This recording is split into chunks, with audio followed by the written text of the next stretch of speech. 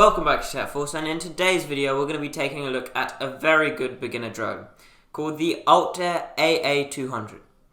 So this drone comes with an extremely accurate hovering system, allowing for smooth flights and making it so easy to control. So inside the box we get the drone itself, which is quite big, meaning it will fly comfortably in the wind due to its large propellers. And aside from this we get the controller, some spare props, 2 batteries, a screwdriver, some prop caps, a micro USB charging cable, and then the manuals.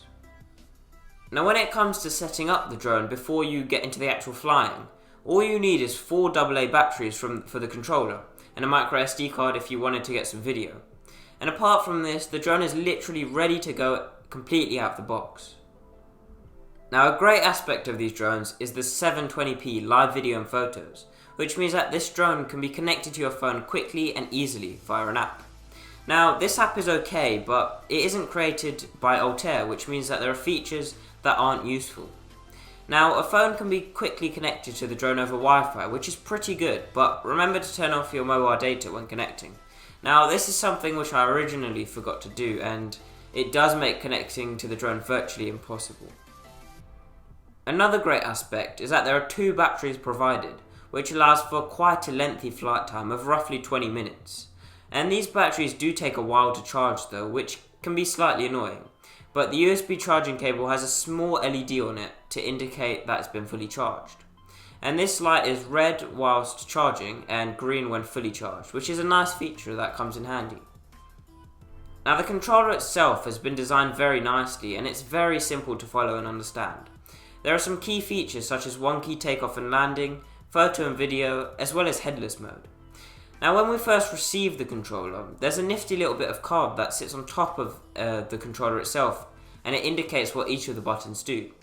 And this is extremely useful and very good for beginners to get used to controlling a drone. When it comes to flying this drone, it was very good at hovering and staying on the spot. When indoors, it was very easy to get smooth shots of the surroundings due to no wind.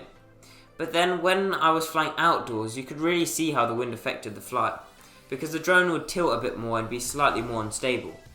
This was slightly annoying because it did mean that getting stable footage outdoors in windy conditions was very difficult. So when I was flying outdoors in high winds, I had to increase the speed to the fastest possible level, which meant that the flight was a little shaky, but the drone would still be able to fly. So this wasn't bad considering that the drone was able to handle some pretty rough winds. So now I'm going to show you some of the 720p videos that I recorded with this drone, and also the photos that it could take.